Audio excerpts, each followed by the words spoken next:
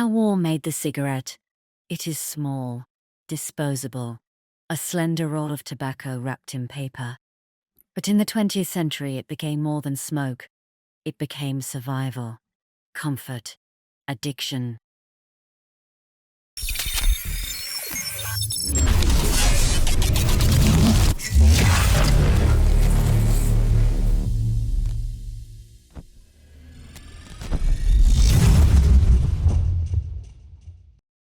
And war made it so.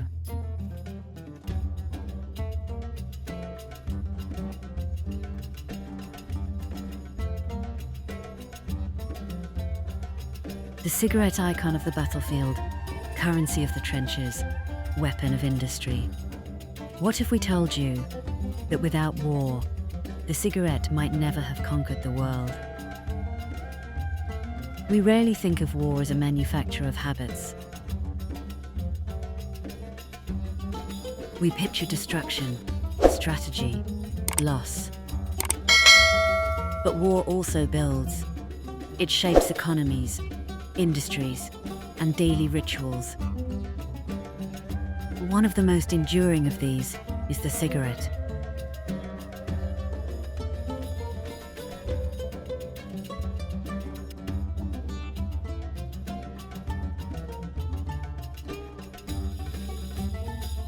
Before the wars of the 20th century, tobacco was chewed, snuffed, or smoked in pipes and cigars. The cigarette existed, but it was minor, a curiosity, a habit of outsiders. Then came the wars, the trenches, the deserts, the jungles, and the cigarette was transformed into a global companion. This is the story of how war made the cigarette. Unquote. Back to Melb.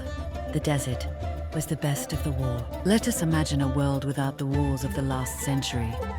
Cigarettes might have remained an afterthought, a pastime for the few, rather than an epidemic for the many.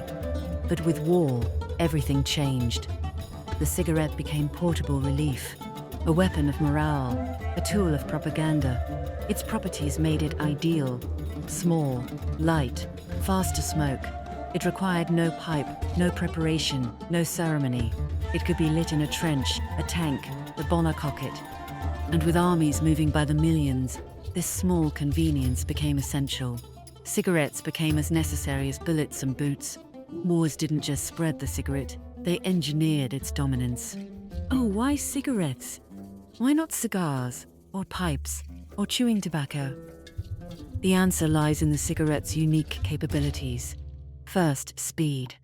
A soldier could finish one in minutes, stealing relief in stolen moments. In battle, seconds mattered. Second, portability. Thousands could be packed, shipped, and handed out with ease. Cartons slipped into rations, ready to be consumed anywhere. Third, social power. Cigarettes were shared between comrades, passed from hand to hand, binding men in smoke and ritual. And perhaps most important, psychology. Nicotine sharpened focus, soothed fear, dulled hunger. In the mud and chaos of war, the cigarette became medicine for the mind. But this was no accident. Armies and governments understood its power. Tobacco companies understood it even more, so they turned war into their marketplace. Historical context. The wars that spread the flame. History gives us three great waves. The First World War. Trench warfare demanded quick relief. Cigarettes fit perfectly. Governments issued them alongside rations. Soldiers returned home addicted, spreading the habit into civilian life. The Second World War. The scale was greater. Cigarettes became a soldier's right. Billions were shipped by tobacco companies, often for free, knowing loyalty forged in war would last in peace. American generals called them essential. Winston Churchill himself declared, "Cigarettes are more important than bullets." Vietnam. The jungle war cemented the image. Soldiers with rifles in one hand, cigarettes in the other. Companies even inserted them into ration packs. By then, cigarettes were not just habit, they were identity. Each war widened the circle. Each war lit more embers. By the mid-20th century, smoking was not the exception, it was the norm, all built on the battlefield. Cause and effect sequence, step-by-step transformation. So how exactly did war make the cigarette? Let us walk through it.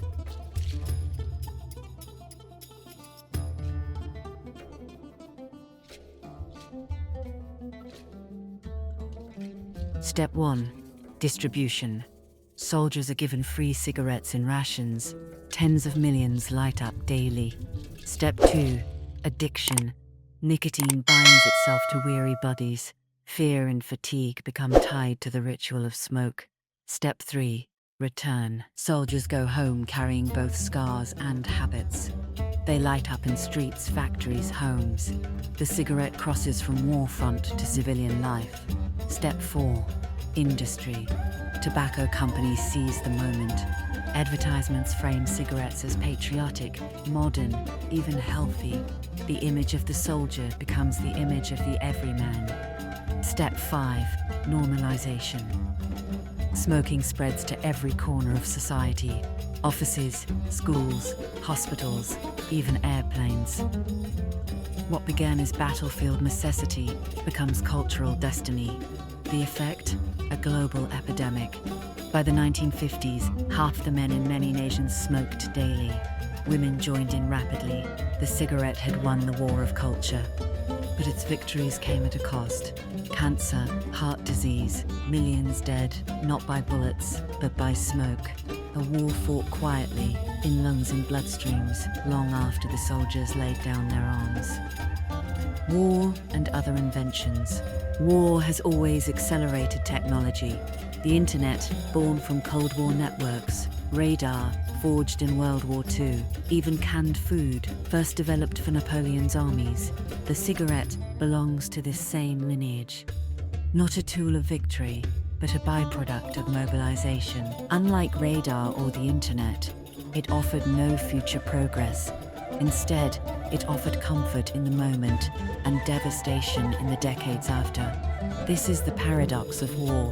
What it builds, it often breaks.